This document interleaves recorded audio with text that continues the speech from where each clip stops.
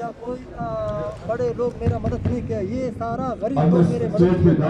इसी वजह से मैं अभी यही जगह पहुंच गया और मेरा दूसरा बकाया ज़िंदा मुझे मिल गया था।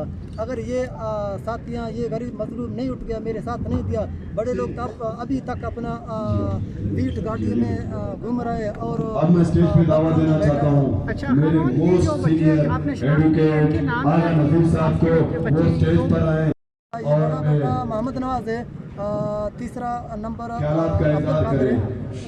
अच्छा, तो आप सरदार अब्दुर्रहमान के जुल्म का शिकार कैसे हुए? आप उनके साथ काम करते तो थे? मैं एक मुलाजिम, एक गरीब था, मैं मुलाजिम करता हूँ। मेरा फैमिली सरदार अब्दुर्रहमान की मुलाजिम था। सरदार अब्दुर्रहमान पहले थोड़ा तशद्दुद कर रहा था या कम, तो 2019 से फिर ज़्यादा किया था। फिर मुझे ब्लैक मिल गया था अपना बेटे इनाम शाह के ऊपर कि करोड़ों का केस बनाओ।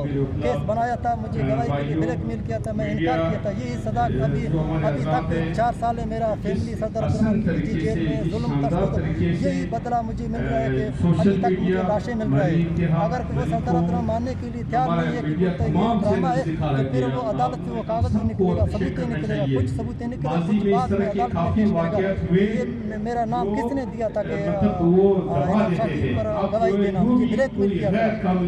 अच्छा फरमान साहब यहाँ पहुँचे या पुलिस यहाँ पहुँचे आप?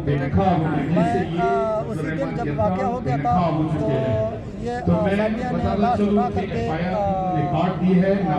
कोटा पहुँच गया था। मैं इस्लामाबाद टीम बैठेगी जो हमारे मजीद एक्सपर्ट